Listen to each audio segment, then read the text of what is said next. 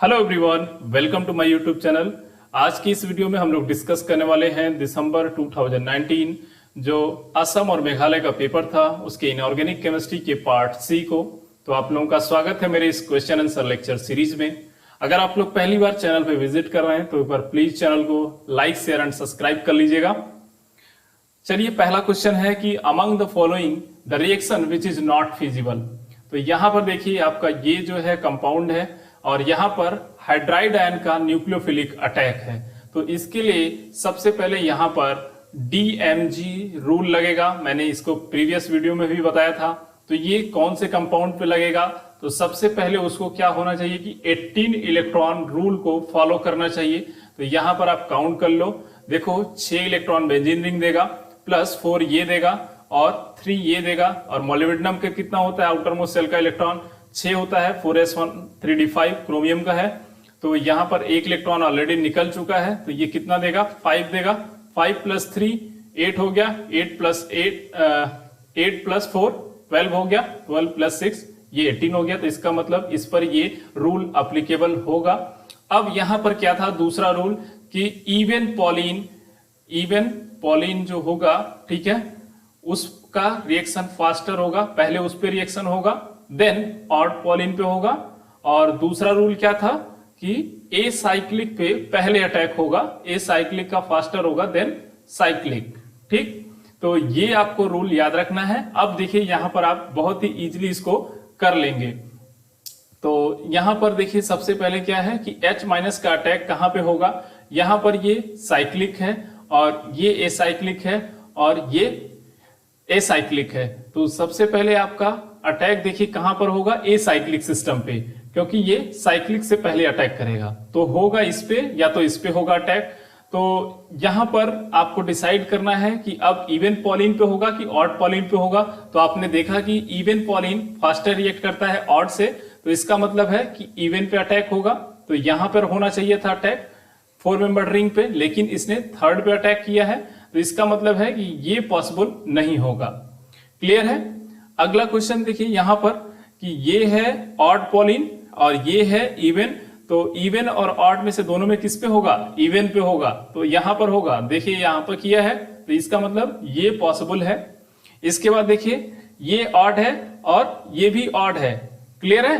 तो इन दोनों में अब ये साइक्लिक है, ये ए साइक्लिक है, तो ए साइक्लिक पे होगा। ठीक है, तो देखिए यहां पर रिएक्शन है, इसका मतलब ये भी पॉसिबल है। अगला देखिए यहां पर ये ऑड है, ये ऑड है और ये ए साइक्लिक है। तो साइक्लिक के कंपेयर में ए साइक्लिक पे रिएक्ट होगा ज्यादा फास्टर, तो यहां पर रिएक्ट कर जाएगा और ये भी पॉसिबल होगा।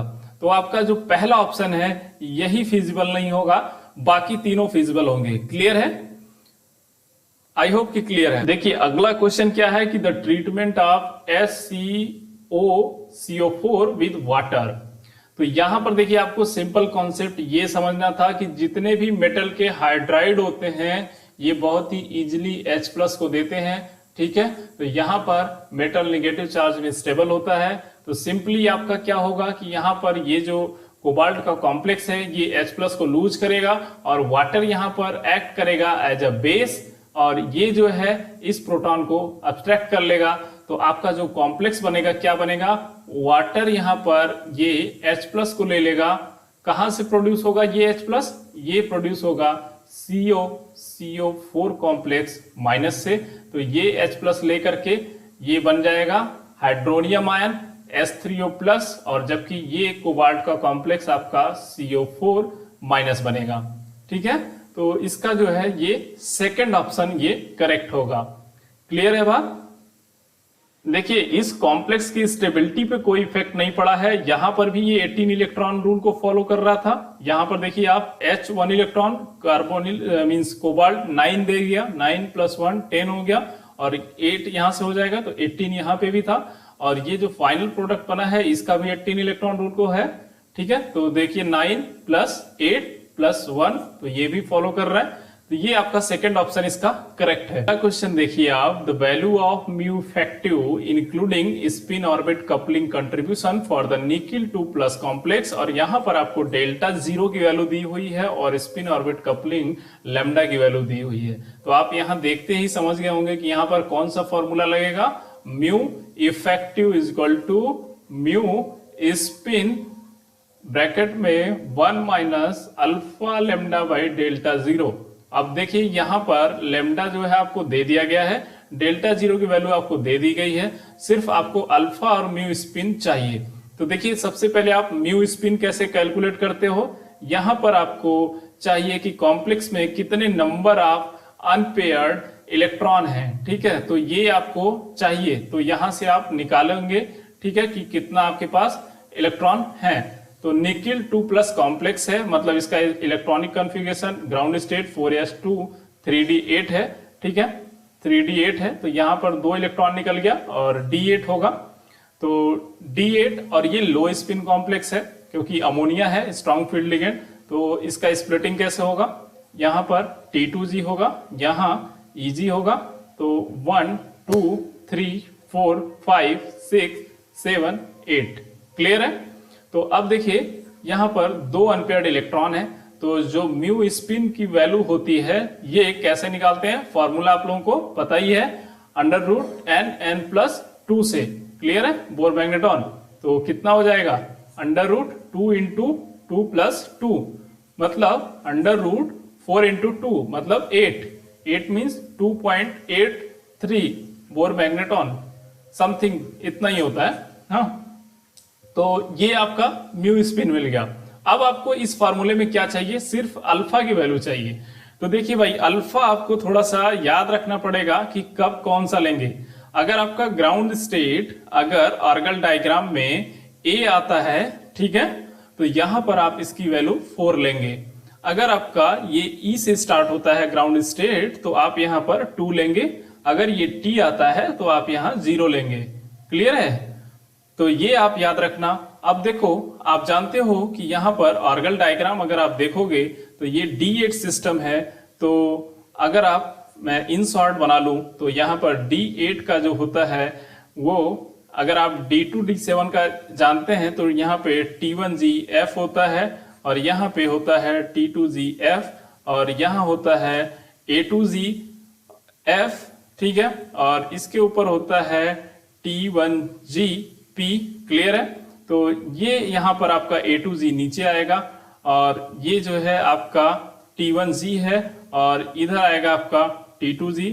तो ये है D3 D8 का ऑर्गल डायग्राम ऑक्टाहेड्रल के लिए और इधर है D2 D7 ऑक्टाहेड्रल के लिए। क्लियर, तो ये देखो आप D8 है और यहां पर ग्राउंड स्टेट A2 है, तो इसका मतलब अल्फा की वैल्यू आप 4 यूज करोगे यहां पर। तो सिंपल आप यहां पर रख दो तो ये वैल्यू आपको मिल जाएगी 2.83 इंटू 1 माइनस अल्फा की वैल्यू 4 है, लेमडा की वैल्यू -300 है, तो यहां पर प्लस हो जाएगा और 300 से आप मल्टीप्लाई कर दो। अपॉन में डेल्टा आपका 12,000 है, तो यहां पर आप इसकी वैल्यू रख दो। क्लियर है, तो अब देखो यहां पर 2 0 कट कैंसिल हो जाएगा, ये 4 × 3 12 होगा तो 12 से कैंसिल हो जाएगा, तो नीचे 1/10 आएगा। तो अगर आप इसको सॉल्व करेंगे तो ये 2.83 × 1 + 0.1 होगा। तो ये सिंपली इसमें सम होगा, तो अगर आप इसको सम कर देंगे तो अराउंड आपका ये 3.11 के आसपास ये आंसर आपको मिलेगा। ये क्लियर है, तो ये इस तरह से क्वेश्चन आप इसको कर सकते हैं। अगला क्वेश्चन है कि in bis benzene chromium an additional electron is delocalised onto any one of the benzene ring, the number of hyperfine signal in the high resolution of EPR spectrum of this system. और यहां पर आपको दिया है कि chromium जो 52 है उसका आई वैल्यू 0 है और बाकी जो आइसोटोप्स हैं उनको इग्नोर कर दीजिए आप, और H का जो आई वैल्यू है वो 1/2 दिया है। तो सबसे पहले ये जो कॉम्प्लेक्स है ये सैंडविच लाइक कॉम्प्लेक्स है, जैसे कि आपका फेरोसिन में होता है ऐसे ही यहाँ पर ये क्रोमियम के साथ है। तो ये इस तरह का आपका कॉम्प्लेक्स है और यहाँ पर एक एडिशनल इलेक्ट्रॉन को ऐड किया गया है जो कि डिलोकलाइज हो रहा है। ठीक है, क्लियर है। तो अब आप यहाँ पर देख सकते हैं कि इसके पास कितने हाइड्रोजन है और यहाँ पर भी सेम होगा, नीचे भी सेम होगा। ठीक है, तो ये जितने भी हाइड्रोजन है इनका इन्वायरमेंट सेम है। क्लियर है, तो 12 हाइड्रोजन है बट इन्वायरमेंट सेम है, तो एक बेंजीन रिंग का आपका जो इन्वायरमेंट है वही दूसरे का है, तो यहाँ पर 6 इक्विवेलेंट हाइड्रोजन है। क्लियर है? तो अब आप फॉर्मूला लगाओ 2ni प्लस 1 से, तो यहाँ पर 2n की वैल्यू 6, i की वैल्यू आप देखो हाइड्रोजन के लिए 1/2 है, तो प्लस 1, तो ये कैंसिल होगा, तो 7 इलेक्ट्रॉन आपका जो है ये हाइपरफाइन पीक मिलेंगी ईपीआर की। क्लियर है? तो ये यहां पर सिंपल सेकंड ऑप्शन आपका करेक्ट होगा। क्लियर है? बाकी जो आइसोटोप्स हैं उसका कोई कंट्रीब्यूशन नहीं है, उसको इग्नोर कर देना है आपको। क्लियर? अगला क्वेश्चन है कि 31p NMR spectrum of P4S3। तो ये सबसे पहले आपको देखिए P4S3 को सॉल्व करने से पहले इसके स्ट्रक्चर के बारे में पता होना बहुत इंपॉर्टेंट है। तो यहाँ पर फास्फोरस है और फास्फोरस के साथ 3 सल्फर अटैच होंगे जो कि इस तरह से होंगे। ठीक है, तो ये आपका 3 सल्फर अटैच होंगे और ये फास्फोरस 3 इस तरह से आपका ये अटैच होगा। क्लियर है? तो आप देख सकते हो यहाँ पर कि ये जो 3 फास्फोरस हैं इनका इन्वायरमेंट बिल्कुल सिमिलर है क्योंकि एक सल्फर इनके साथ अटैच है, और ये जो फास्फोरस है इसका इन्वायरमेंट अलग है। तो ये जो 3 फास्फोरस हैं इनका पीक अलग होगा और इसका पीक अलग होगा। तो सबसे पहले हम इन तीनों के लिए निकालते हैं, तो 2ni प्लस 1 से निकालेंगे, तो 2n की वैल्यू हो गई 3 आपका और i की वैल्यू हो गई 1/2 प्लस 1, तो इसके लिए आपको मिला क्वाड्रेट मींस 4 मिला। जबकि आप इस फास्फोरस के लिए अगर निकालोगे तो 2n की वैल्यू 1 है, i की वैल्यू 1/2 है, प्लस 1 होगा, तो ये आपको मिलेगा डबलेट।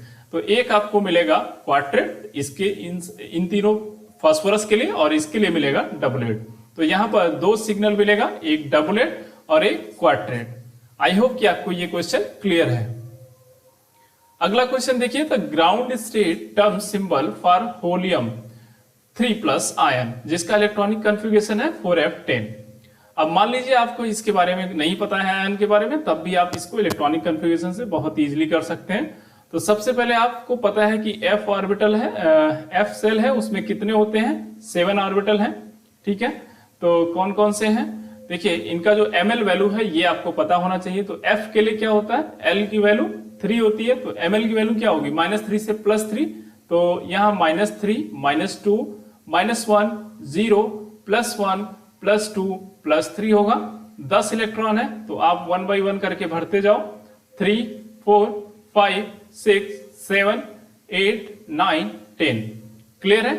तो अब देखिए यहां पर अगर समेशन ओवर हम ml निकालें तो कितना हो जाएगा, यही हमारा l होगा। क्लियर है? तो एक बार तो सारा फिल हो गया, तो मतलब -3 -2 -1 +3 से कैंसिल हो जाएगा। लास्ट वाले ये 3 आप ऐड कर दो, तो देखिए हमेशा इसका वैल्यू जो है नेगेटिव नहीं लेते हैं, पॉजिटिव लेते हैं।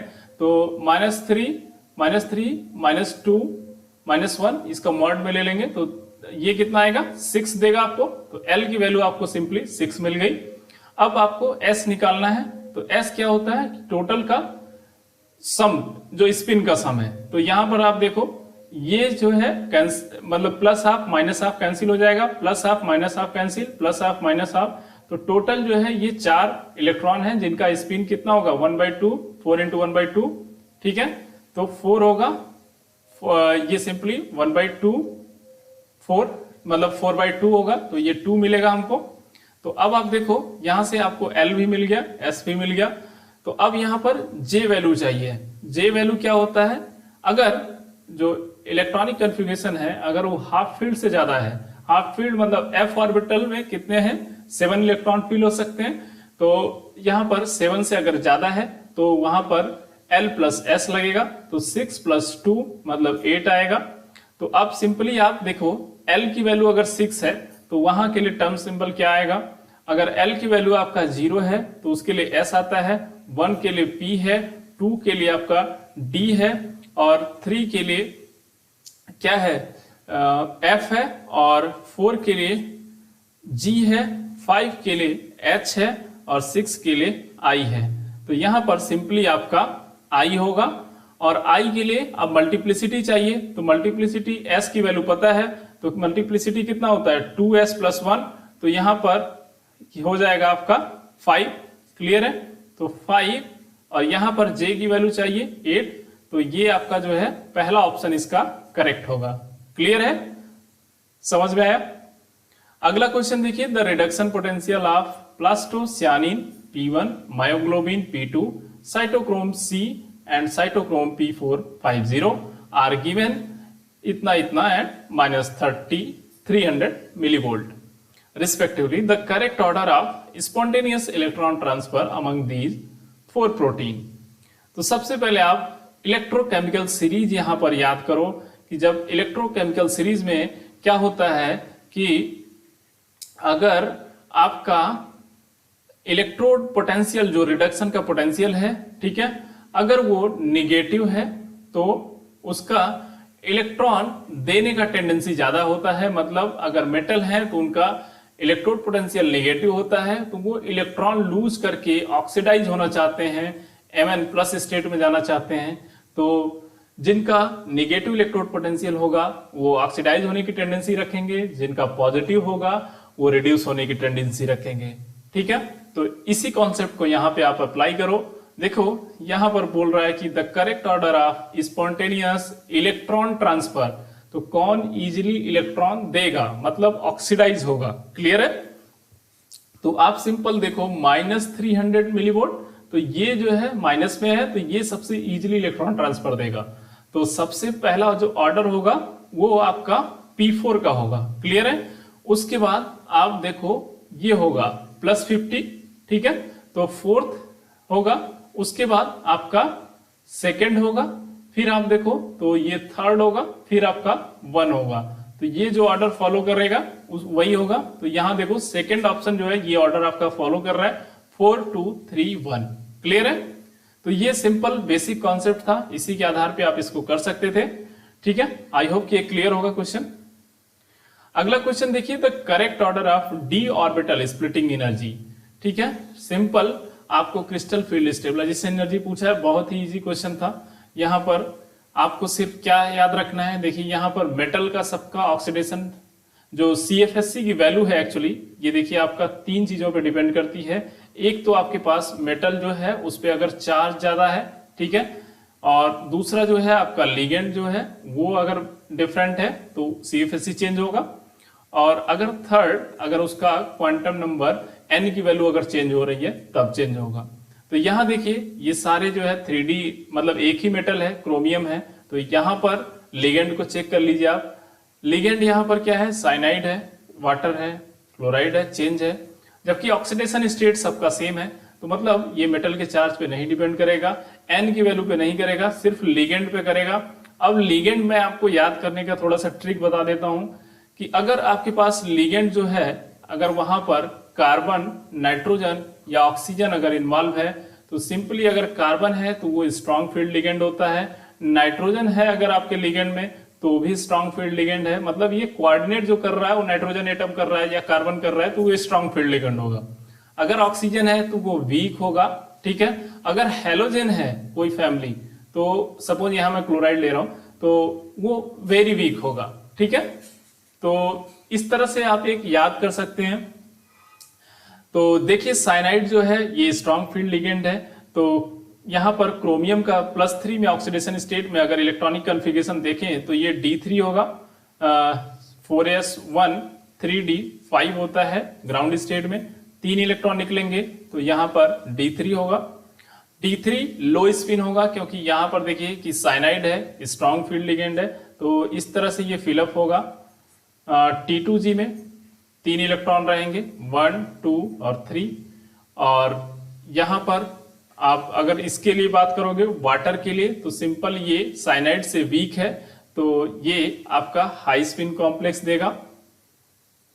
तो वाटर के केस में आपका जो है ये जो CFSC का वैल्यू है वो उतना ज्यादा नहीं होगा, ये CFSC की वैल्यू कम होगी क्योंकि इसकी स्प्लिटिंग ज्यादा नहीं हो पाएगी। और यहां पर ये जो है स्ट्रॉन्ग फील्ड लिगेंड है तो स्प्लिटिंग बहुत ज्यादा होगा, तो डेल्टा की वैल्यू ज्यादा होगा। क्लियर है? और वाटर के केस में आपका कम होगा, और ऐसे ही अगर आप क्लोरीन के साथ लोगे तो ये और कम होगा। ठीक है, आई होप कि आपको ये क्लियर हुआ होगा क्वेश्चन। तो सबसे ज्यादा जो CFSC की वैल्यू आपकी मिलेगी ये आपका आपका सिंपल साइनाइड के केस में मिलेगा, देन वाटर के केस में, देन क्लोराइड के केस में। तो इसका फर्स्ट ऑप्शन जो है ये करेक्ट है। क्लियर है। अगला क्वेश्चन देखिए कि which pair of electronic configuration will prefer tetragonally compression octahedral geometry. तो यहां पर देखिए दो चीजें आपको समझनी है कि एक तो होता है टेट्रागोनल एलोंगेशन। तो यहां पे मैं सबसे पहले आपको टेट्रागोनल एलोंगेशन बताता हूं कि इसमें क्या होता है। एक्चुअली दो टाइप का जॉन टेलर डिस्टॉर्शन होता है सिंपली। और ये डिस्टॉर्शन क्यों होता है? क्योंकि यहाँ पर सिमेट्री को लोअर करना होता है और उसके डिजेनरेसी को रिमूव करना होता है। तो सिंपली टेट्रागोनल डिस्टॉर्शन का मतलब, जैसे अगर ऑक्टाहेड्रल अगर मैं कॉम्प्लेक्स लूं यहाँ पर, तो आप ध्यान से इसको देखो, तो मेटल ये है और लिगेंड इसको अगर अलोंग द एक्सिस अप्रोच कर रहे हैं, तो अगर जेड एक्सिस के अलोंग अगर लिगेंड अप्रोच कर रहा है और जेड ऑर्बिटल मतलब डी जेड स्क्वायर या डी एक्स जेड या डी वाई जेड अगर ऑर्बिटल में इलेक्ट्रॉन है, तो यहाँ पर अलोंग द जेड एक्सिस से अगर लिगेंड आ रहा है तो यहाँ पर इलेक्ट्रॉनिक रिपल्सन होगा, जिसकी वजह से ये क्या होगा कि लिगेंड जो है ये ऑर्बिटल से रिमूव होगा। क्लियर है। तो इसकी वजह से ये टेट्रागोनल इलोंगेशन होता है। तो इसका जो एनर्जी का ऑर्डर होता है, सपोज ये 5 जो है ऑर्बिटल रहते हैं स्टार्टिंग में, तो सबसे पहले ये जो है ब्रेक करते हैं T2G और EG में नॉर्मल। उसके बाद ये जो T2G ऑर्बिटल है ये आपका ब्रेक करता है DXZ, DYZ और ये होता है DXY। ऐसे ही आपका EG ऑर्बिटल जो है इसमें DZ स्क्वायर नीचे आता है और DX square minus Y square ऊपर जाता है। तो अगर आपका इलेक्ट्रॉन इस ऑर्बिटल में है या DZ स्क्वायर में है तो ये टेट्रागोनल इलोंगेशन देता है, क्योंकि जो लिगेंड है वो भी अलोंग द एक्सिस से अप्रोच कर रहा है जेड एक्सिस से, और आपका जो मेटल का ऑर्बिटल है उसमें ऑलरेडी इलेक्ट्रॉन है जेड एक्सिस के अलोंग, तो वहां पर रिपल्सन होने की वजह से वो लिगेंड रिमूव हो जाता है। ठीक है। ऐसे ही आपका टेट्रागोनल कंप्रेशन होता है। तो कंप्रेशन में क्या होता है कि वहां पर अगर इलेक्ट्रॉन ऑलरेडी आपका एक्स या वाई में प्रेजेंट है ऑर्बिटल में, तो उसके अलोंग रिपल्सन होता है अगर कोई लिगेंड एक्स या वाई पे अप्रोच करेगा। तो सपोज आपका यहाँ पर d x square minus y square के अगर ऑर्बिटल को मैं अगर दिखाऊं, क्लियर है, इस तरह से, तो यहाँ पर ये लिगेंड अगर इस डायरेक्शन से अप्रोच कर रहा है यहाँ से, तो अगर ऑलरेडी इस ऑर्बिटल में d x square minus y square में अगर इलेक्ट्रॉन है, तो ये इलेक्ट्रॉनिक रिपल्सन की वजह से लिगेंड को दूर कर देगा अपने आप से, और ये जो है यहां से रिमूव कर देगा लिगेंड को। और इसको बोलते हैं हम, मतलब इस केस में क्या होगा कि जो लिगेंड रहेगा अलोंग द जेड एक्सिस वो थोड़ा सा कॉम्प्रेस हो जाएगा। ठीक है। और ये जो है इंक्रीज कर जाएगा, तो इसको बोलते हैं कॉम्प्रेशन। और इसके केस में आप एनर्जी अगर देखोगे तो आपके 5 ऑर्बिटल जो हैं ये रहेंगे। तो ये इस तरह से स्प्लिटिंग होगा कि यहाँ पर T2G नीचे स्प्लिट करेगा DXY और DXZ और DYZ ऊपर आएगा। ऐसे ही आपका DX square minus y square नीचे होगा और DZ स्क्वायर ऊपर होगा। तो अब आप यहाँ पर देखो कि आपको D1 और D2 सिस्टम दिया है। तो D1 अगर D2 सिस्टम दिया है तो यहाँ पर कहाँ पे हो सकता है, या तो इधर आप XZ में हो सकता है या DXY में हो सकता है। हाँ, तो यहाँ पर देखिए इन दोनों में आपको पता नहीं चलेगा कि अगर इसमें इलेक्ट्रॉन, ये इसने मेंशन नहीं किया है कि अभी किसमें इलेक्ट्रॉन होगा। अगर इस वाले केस में है तो यहाँ पर कॉम्प्रेशन होगा, लेकिन अगर यहाँ पर है तो ये इलोंगेशन होगा। तो यहाँ पर आप देखते हैं आगे अगला ऑप्शन, अगर D2 D5 लो स्पिन है तो D2 D5 लो स्पिन, तो अगर इस केस में है लो स्पिन तो यहाँ पर तो कंप्रेशन होगा, लेकिन D5 के केस में अगर लो स्पिन है तो 3, 4 और 5, तो यहाँ पर XZ या YZ में है मतलब इलोंगेशन होगा, मतलब ये भी नहीं होगा आपका। अगला ऑप्शन देखते हैं D2 D6 हाई स्पिन। तो D2 D6 अगर हाई स्पिन आप ले रहे हो तो यहां पर देखो 1 2 ठीक है 3, तो यहां पर D2 सिंपली YZ में जाएगा, ठीक है, या XZ में जाएगा, तो ये भी नहीं होगा। अब आप चौथा ऑप्शन आइए D1 और D4 लो स्पिन। तो D1 और D4 लो स्पिन है, तो अगर D1 XY में है, DXY में है, तो ये ऑब्वियसली कंप्रेशन देगा। और D4 लो स्पिन, तो ये भी अगर आप फिल करो तो 1 2 3 4 फिर से आ गया इसमें, तो ये भी आपका जो है क्या होगा, टेट्रागोनल कंप्रेशन देगा। तो इस तरह से आप देख सकते हैं कि जो फोर्थ ऑप्शन है वो आपका यहाँ पर करेक्ट होगा, बाकी ऑप्शन करेक्ट नहीं है। क्लियर है? अगला क्वेश्चन देखिए, for the inner sphere electron transfer reaction between the cobalt ammonia 5 halogen complex है और क्रोमियम के साथ, the rate of reaction depend upon the x in the order. तो सिंपली यहाँ पर इनर स्फीयर इलेक्ट्रॉन ट्रांसफर हो रहा है, तो कोबाल्ट जो अमोनिया का कॉम्प्लेक्स है यहाँ पर 5x2+, तो यहाँ पर ये जो है +3 ऑक्सीडेशन स्टेट में है, मतलब ये D6 लो स्पिन कॉम्प्लेक्स है, ठीक है, इसका मतलब ये इनर्ट है।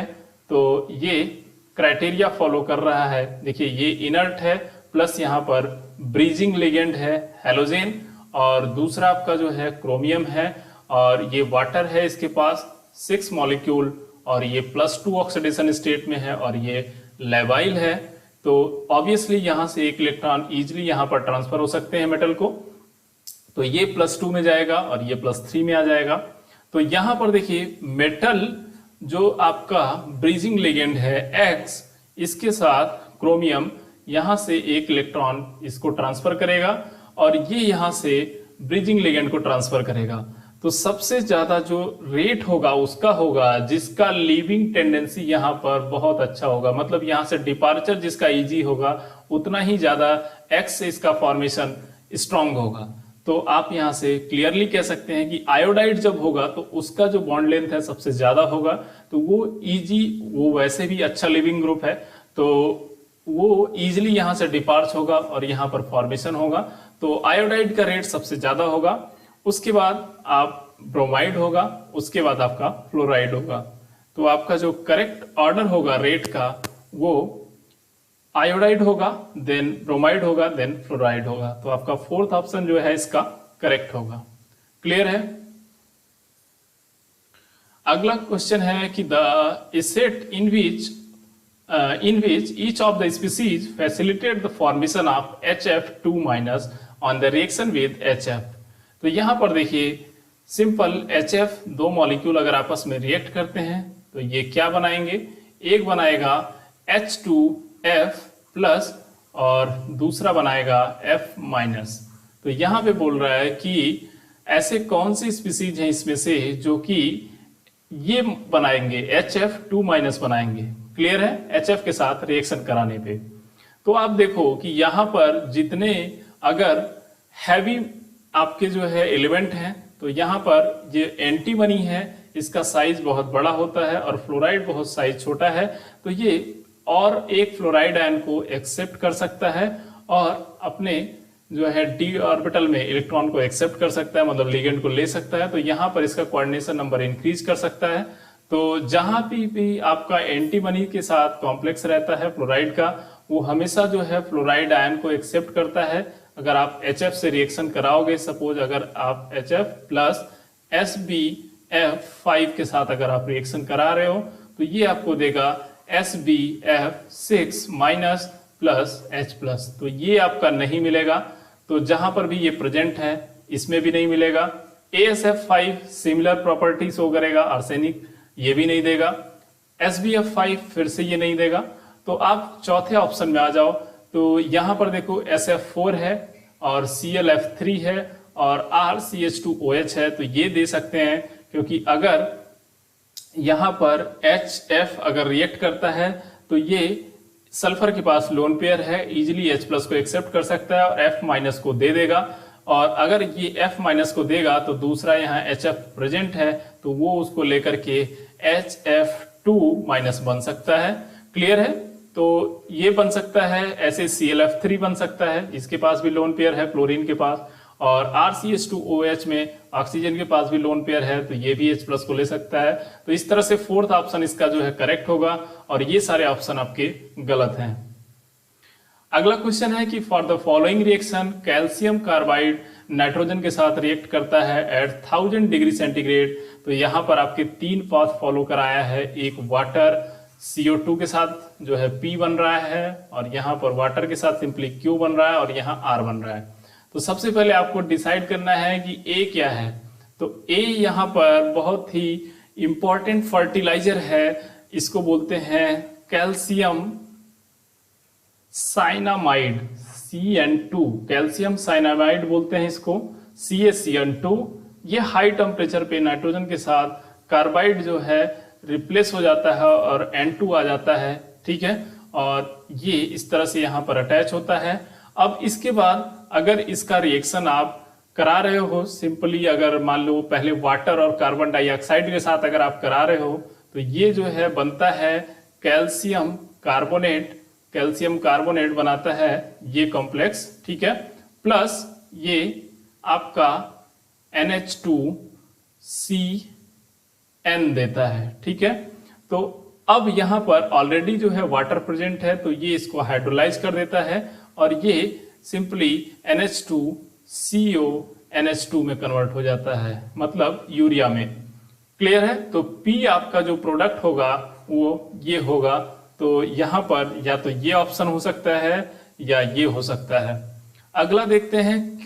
Q क्या होता है कि जब ये वाटर के साथ सिंपली रिएक्ट करता है इन अब्सेंस ऑफ कार्बन डाइऑक्साइड, तो ये सिंपली जो है आपका अमोनिया का फॉर्मेशन करता है, NH3 का, प्लस इसके साथ कैल्शियम कार्बोनेट निकलता है। क्लियर है? और अगर ये, तो यहां पर आप देख सकते हैं क्लियरली आपने आइडेंटिफाई कर लिया कि ये ऑप्शन तो आपका नहीं होगा, सिर्फ यही ऑप्शन होगा। हाँ, अब R भी देख लेते हैं। R क्या बनता है? यहाँ पर आपका सोडियम साइनाइड बनता है अगर ये Na2CO3 के साथ कार्बन के प्रेजेंस में रिएक्ट कराते हैं तो, और उसके साथ calcium oxide plus carbon monoxide बनता है जो कि निकल जाते हैं, ठीक है। तो सिंपल NaCN बनेगा। तो ये इस तरह से आपका जो है फोर्थ ऑप्शन इसका करेक्ट होगा। क्लियर है? अगला क्वेश्चन है कि the complex which does not release alkene is R। तो ये सिंपली आपका देखिए टाइटेनियम का कॉम्प्लेक्स है। आपको देख के ही समझ में आ गया होगा कि यहाँ पर सिंपल जो कॉन्सेप्ट है वो एगोस्टिक इंटरेक्शन या बीटा हाइड्राइड एलिमिनेशन का है। मींस जहां पर बीटा हाइड्रोजन प्रेजेंट होगा वो एलिमिनेट होकर के एल्कीन देगा। तो आप पहले का केस देखिए, टाइटेनियम है, यहाँ पर 2 Cl लगे हैं, इसके साथ 2 ग्रुप है, एक है CH2CMME लगे हुए हैं। तो यहाँ पर ये है, फिर सेम यहाँ पर ग्रुप है, यही सेम चीज है। तो यहाँ पर देखो आप, ये है अल्फा, ये है बीटा पोजीशन। तो बीटा पोजीशन पर कोई भी हाइड्रोजन प्रेजेंट नहीं है, तो इसका मतलब ये एल्कीन नहीं देगा, नहीं रिलीज करेगा। दूसरा आप देखो, जब ये है तो यहाँ पर ये आपका टाइटेनियम के साथ जो पोजीशन जुड़ा हुआ है ये अल्फा हो गया, और इसके साथ ये जो पोजीशन है ये आपका बीटा हो गया। क्लियर है? या ये भी बीटा हो सकता है। तो चाहे ये बीटा हो या ये बीटा हो, इन दोनों पोजीशन से अगर आप यहाँ हाइड्रोजन एलिमिनेट करेंगे तो आपको जो मिलेगा ये इस तरह से कॉम्प्लेक्स, मतलब ब्रीजिंग हेड एल्कीन मिलेगा। क्लियर है? और ये स्टेबल नहीं होता है, ब्रीजिंग हेड स्टेबल नहीं होता है, तो इसलिए ये भी फॉर्मेशन नहीं होगा। तो आपको सिंपली समझ में आ गया कि ना तो ये करेगा ना ये करेगा। अब इसका देखते हैं। यहां पर देखिए सिंपल ये 3 मॉलिक्यूल टाइटेनियम के साथ अटैच है, तो ये अल्फा है, ये आपका बीटा है, बीटा के पास 2 हाइड्रोजन है, तो ये एलिमिनेट करेगा। तो ओनली जो आपका सी है ये करेगा, ए और बी नहीं करेंगे। तो आपका सेकंड ऑप्शन इसका करेक्ट होगा। क्लियर है? अगला क्वेश्चन देखिए, इन द गिवन रिएक्शन, यहाँ पर मेटल आयन है ऑक्टाहेड्रल कॉम्प्लेक्स का वाटर के साथ, और एक वाटर बल्क का है जो कि यहाँ पर एक्सचेंज करेगा इसके वाटर को। तो उसका इक्विलिब्रियम का रेट कांस्टेंट इस तरह से दिया हुआ है। तो पूछ रहा है कि यहाँ पर मेटल अगर कोबाल्ट है, सॉरी कॉपर है और मैग्नीज है और यहाँ पर वेनेडियम है, क्रोमियम है, तो ऑर्डर क्या होगा रेट ऑफ वाटर एक्सचेंज। तो इसको क्वेश्चन को बताने से पहले मैं आपको एक डेटा दे देता हूं जो कि एटकिन से है। तो सिंपली आप देख सकते हैं ये इधर लाइफ टाइम या टाइम स्केल है और ये आपके डिफरेंट जो है मेटल एटम है जो कि बता रहे हैं। तो यहाँ नीचे देखिए आप +3 ऑक्सीडेशन स्टेट का है और ये जो है +2 का है। तो इधर देखिए लाइफ टाइम बढ़ रहा है और इधर लाइफ टाइम कम है। तो सबसे जो है फास्टर एक्सचेंज रेट अगर आप देखेंगे तो +2 स्टेट में तो सबसे पहले कॉपर का है, क्योंकि अभी बताऊंगा रीजन में आपको। और उसके बाद देखिए आप अगर ये कैडमियम का है, जिंक है, फिर आपके पास मैग्नीज है, आयरन है, कोबाल्ट है, निकिल है, वेनेडियम है। तो ये इस तरह से ऑर्डर होता है, तो इसको आप ध्यान में रखिए। और तो सिंपल आपका यहाँ पर ये कॉन्सेप्ट लगता है कि अगर क्रिस्टल फील्ड स्टेबलाइजेशन एनर्जी अगर आपका इंक्रीज कर रहा है तो वहां पर लेबिलिटी जो होती है, मींस मेटल का लिगेंड के साथ इजीली रिमूव होता है, मींस वो जो लेबिलिटी होती है वो डिक्रीज करती है। अगर CFSC आपका डिक्रीज करेगा तो लेबिलिटी जो होगा वो इंक्रीज करेगा। क्लियर है? तो अब देखिए यहाँ पर आपके पास +2 ऑक्सीडेशन स्टेट में ये 3 कॉम्प्लेक्स हैं। तो यहाँ पर क्रोमियम जो है ये +3 में है। तो देखिए जब चार्ज मेटल पे ज्यादा होगा तो मेटल के साथ जो लिगेंड का बाइंडिंग होगा वो स्ट्रांग होगा, मतलब वो दूसरे लिगेंड को रिमूव नहीं करेगा, मतलब एक्सचेंज नहीं करना चाहेगा। तो +2 और +3 चार्ज में जो है आप देखो +3 चार्ज जो है वो ज्यादा स्टेबल कॉम्प्लेक्स बनाएगा तो उसका एक्सचेंज रेट तो सबसे स्लो होगा।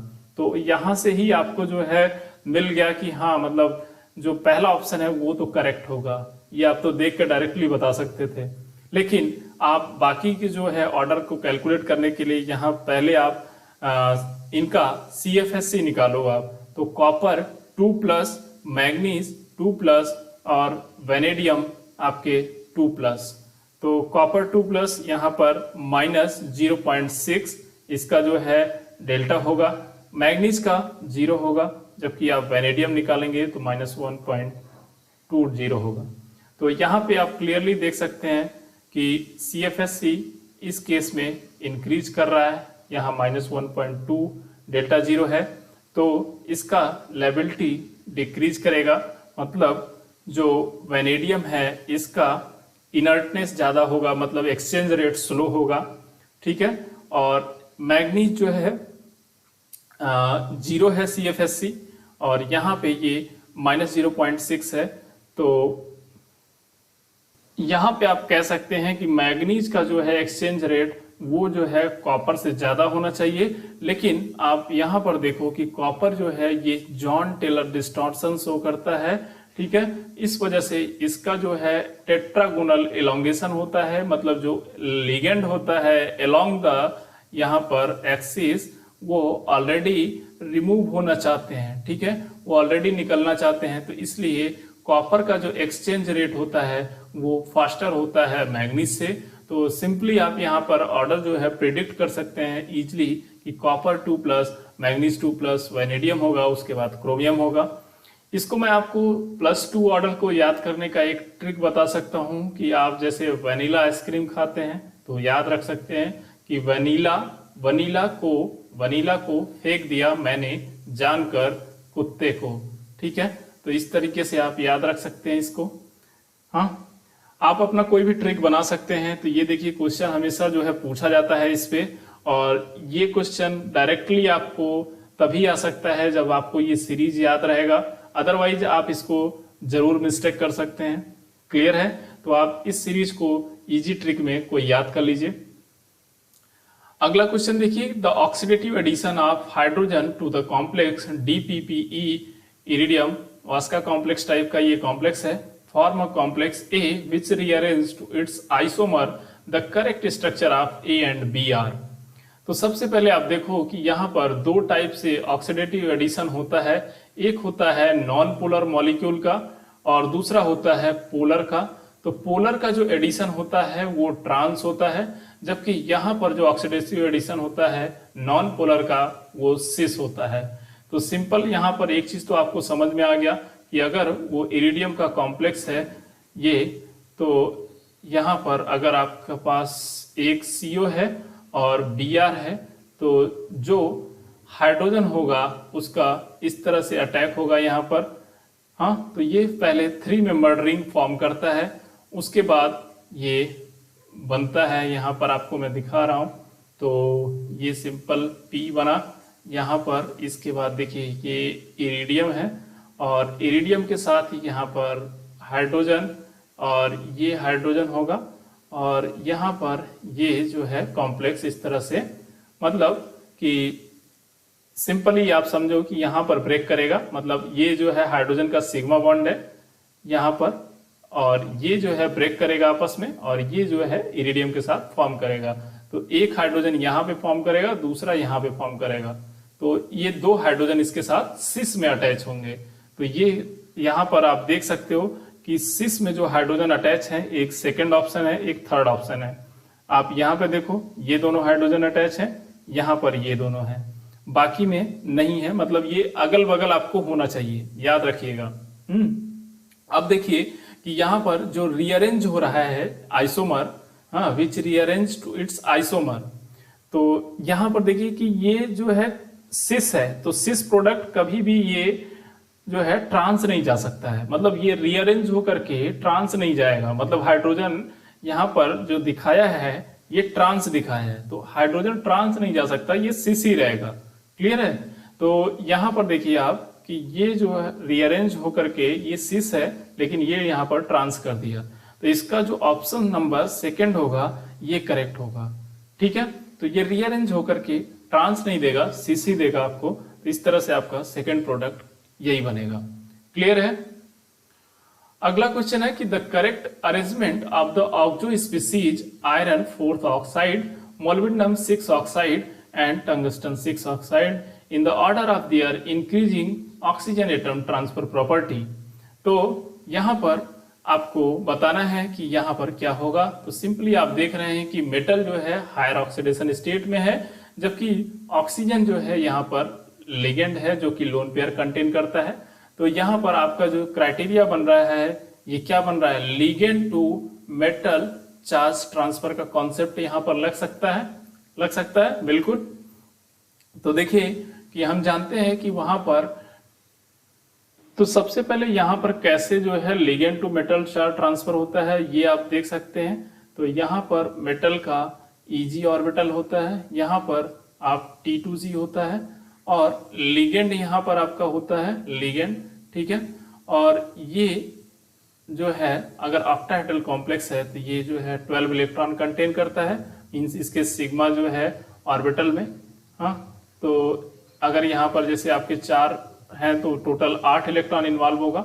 ठीक है, 4 लिगेंड है अगर तो अब ये जो लिगेंड के ऑर्बिटल है, मींस जो इलेक्ट्रॉन कंटेन कर रहे हैं ऑर्बिटल, ये यहाँ से ट्रांजिशन कर सकते हैं, या तो इस ऑर्बिटल में या तो यहाँ कर सकते हैं।